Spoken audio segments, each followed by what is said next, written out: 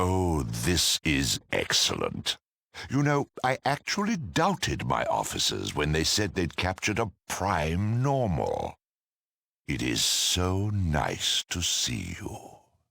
Fallout, a post-nuclear role-playing game, was released in 1997 by Interplay. It earned high praise from gaming magazines and websites at the time, and while its initial commercial success was modest, it quickly became a cult classic. The main reason? Its unique, dark, and surprisingly realistic depiction of a post-nuclear war world, showing the total destruction of civilization as we know it. The story takes place in the year 2157, 84 years after a nuclear war between the United States and China wiped out most of humanity and turned the planet into a scorched wasteland. Thankfully, the U.S. government had prepared for the worst by building underground shelters called vaults, where a lucky few survived. The game begins with a short intro. The overseer of your vault informs you that the water chip has broken, and unless you find a replacement soon, everyone inside will die of thirst. You've got 150 days. It's a critical mission, but whether you were chosen because you're the most capable or just the most expendable, the game leaves that up to interpretation. You start in a cave near Vault 13's exit. Your starting equipment depends partially on your tag skills. For example, if you tag small guns, you'll begin with extra ammo for your 10mm pistol. Tagging first aid gives you extra stim packs, etc. The cave you're in is full of rats. Killing them is an easy early challenge that rewards you with experience points, one of the most important currencies in Fallout, as in many RPGs.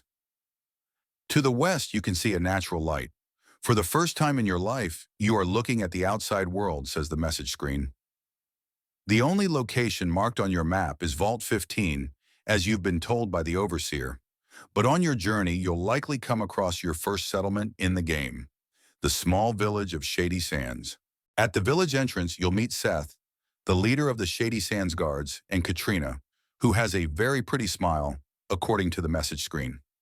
They provide basic information about the village and nearby areas. The entire village consists of just a couple of houses, a Brahmin pen, some latrines, and a small field where the locals grow mutated corn stalks and cabbage. In the town hall, you'll find Aradesh, the settlement's leader. He tells you that besides occasional raider trouble, the town is plagued by rad scorpions. To help, talk to Razlo, the town doctor.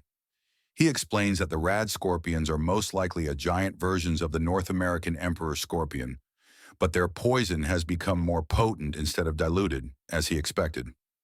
Razlo offers to create an anti-venom, if you bring him some poison glands, found in the rad scorpion's tails.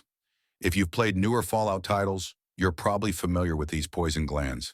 In Fallout 3, besides being sold for caps, they're essential for crafting the dart gun and can be used as ammo for the rocket launcher. In Fallout New Vegas, they're also useful for crafting, and Ruby and Prim makes a tasty casserole out of them, a decent early healing item if you're low on stim packs. Back in Razlo's house, there's some decent loot on a bookshelf next to his wife. She usually won't mind if you take it, but if she does, you can try using your steal skill. In the back room lies Seth's brother Jarvis, who was attacked by rad scorpions. The only way to save him is to help Razlo create the anti-venom. Razlo will send you to Seth, who can take you to the rad scorpion lair. But before heading there, you should definitely speak with Ian. He used to work as a caravan guard for the merchants of the hub, but was shot during a bandit raid and is now recovering in Shady Sands. If you ask him about local settlements, he'll mark Junktown and the hub on your world map. But more importantly, you can recruit him as a companion. Passing a skill check usually lets you recruit Ian for free. Otherwise, you need to pay him 100 caps. You can easily steal the caps from nearby locals and after paying Ian, loot them back, since there's no penalty for stealing from companions in this game. Fallout 1 has only 4 possible companions. Besides Ian, you can later recruit Dogmeat and a desert ranger named Tycho in Junktown. And near the end of the game, you can recruit a female scavenger, Katja. Companions are mostly useful in the early game, because unlike Fallout 2, you can't change their armor, and they don't level up. This makes them pretty much useless in the endgame fights against the super mutants. With Ian in your party, You can now ask Seth to take you to the Rad Scorpion lair. It's a short trip, and inside the cave, there's 9 rad scorpions. The easiest solution is to plant dynamite near the cave entrance, causing a collapse that seals the rad scorpions inside. But this also means you won't be able to create the antivenom. So a better approach is to simply kill all the rad scorpions in combat. Attacking them alone can be challenging, since you're probably only on level 2 at this time. But with Ian's help, it becomes a child's play. This is one of the first real combat encounters in the game, and if you don't really get into the game at this point, you probably never will.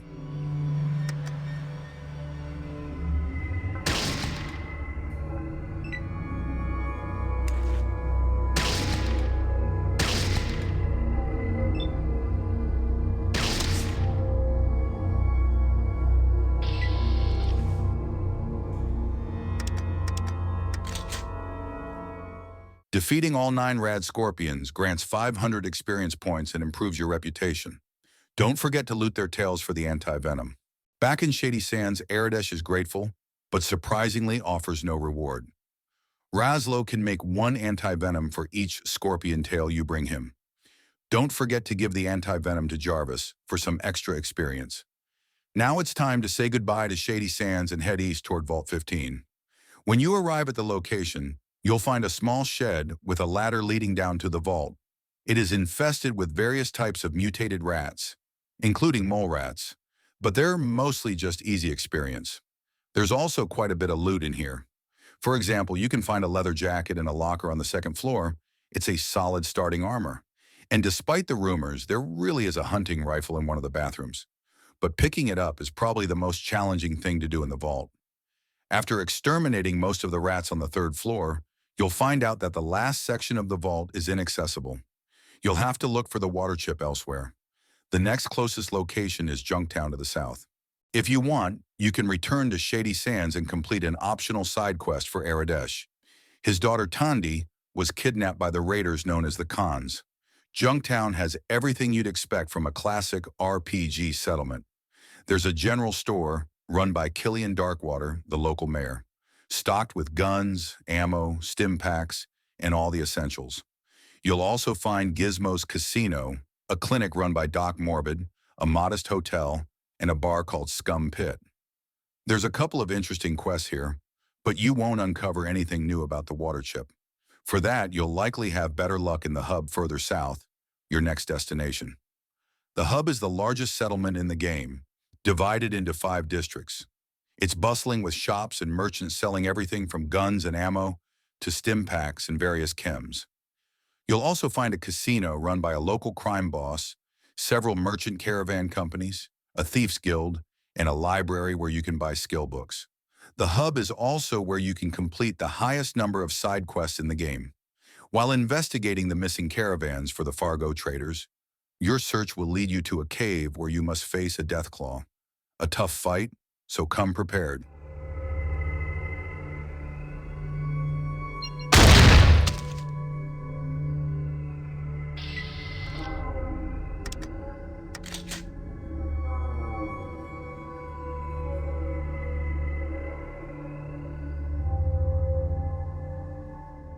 After defeating the beast, you'll discover a strange mutated being lying on the ground.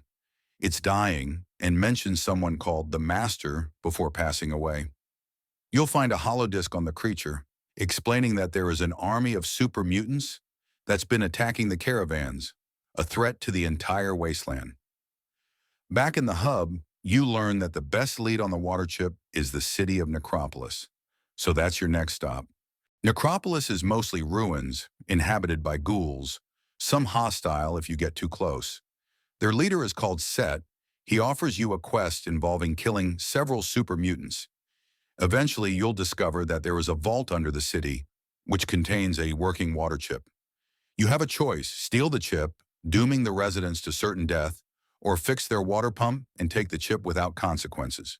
With the chip in hand, it's time for a long journey back to Vault 13.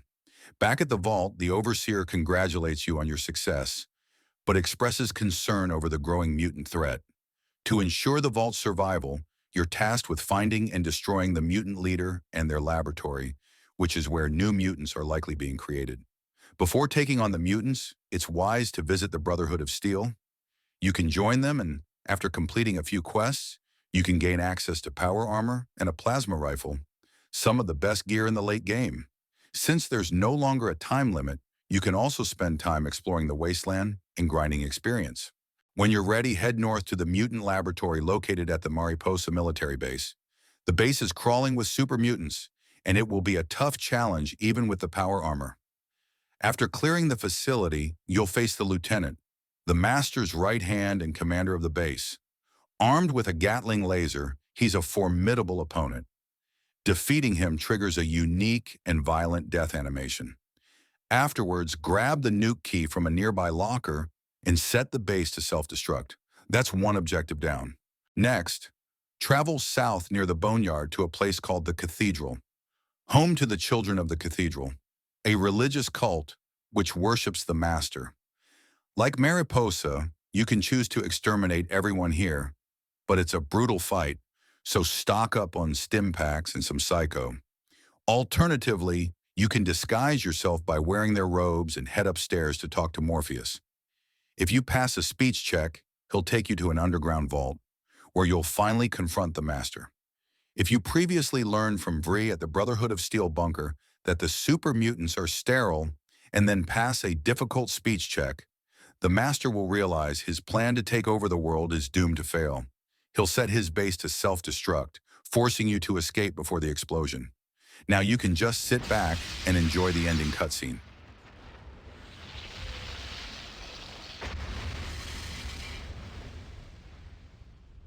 Back at Vault 13, the Overseer thanks you for saving everyone by exiling you.